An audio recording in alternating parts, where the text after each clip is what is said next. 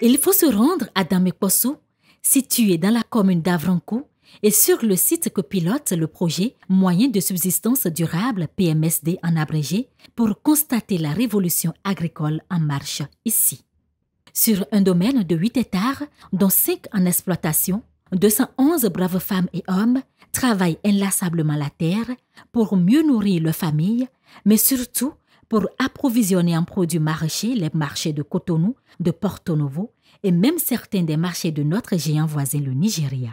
Un exploit qui est la preuve que les méthodes conçues et mises en œuvre pour réduire la vulnérabilité des populations face au changement climatique portent des fruits. Nos communautés sont à près de 70% agricoles.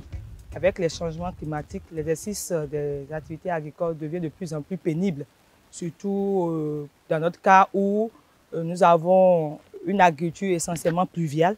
Donc, il est très important qu'on commence par réfléchir à la maîtrise de l'eau. Donc, l'impact de ce projet, c'est le renforcement de la résilience des communautés rurales face aux effets néfastes des changements climatiques.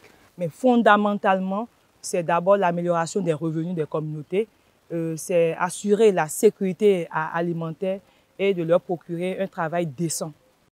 Avec une population d'environ 1200 âmes, Dameposso, qui autrefois subissait les affres des changements climatiques, la baisse de la productivité agricole à cause de la dégradation des sols, dispose désormais de plusieurs infrastructures résilientes pour assurer la sécurité alimentaire.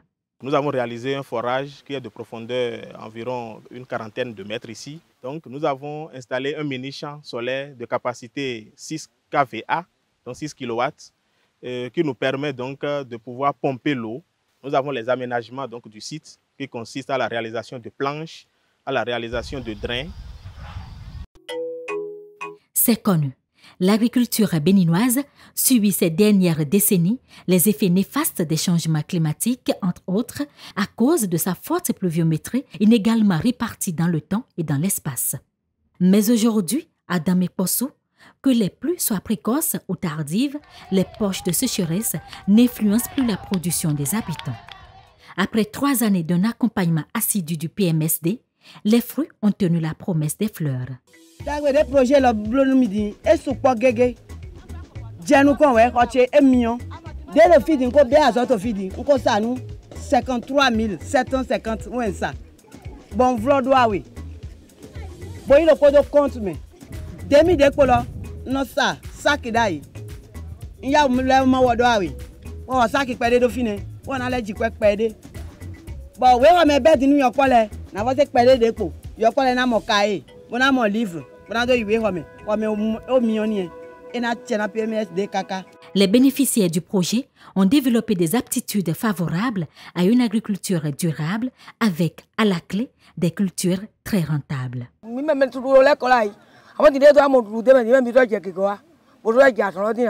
Nous avons adopté le compost, l'agro-bio et le bio-life. Nous privilégions sur nos sites, surtout les sites de PMSD et en particulier sur le site de Dameposso, des cultures en contre-saison.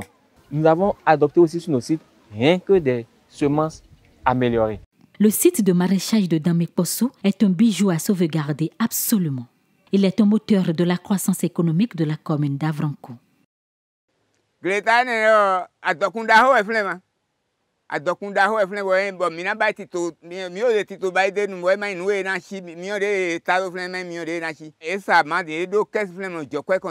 Dopé, la capacité d'adaptation des communautés s'est nettement améliorée.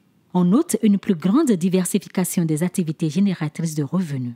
Les perspectives pour pérenniser les acquis du projet sont plus que rassurantes.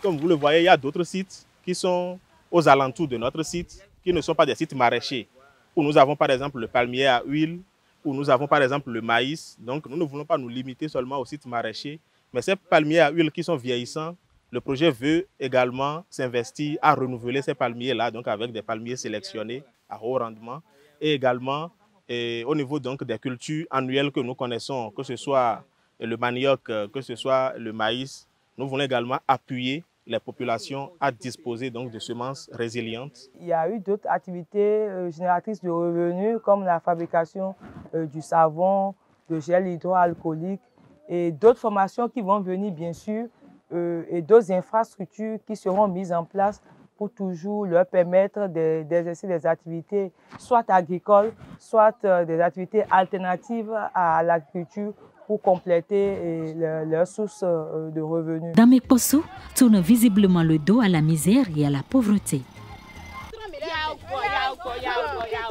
Les conditions de vie, de travail et les revenus de la population se sont considérablement améliorés et la joie de vivre est de retour dans ce terroir. Pour les responsables du projet Moyens de subsistance durable, Dame Posso est un cas d'école à dupliquer dans d'autres localités au Bénin.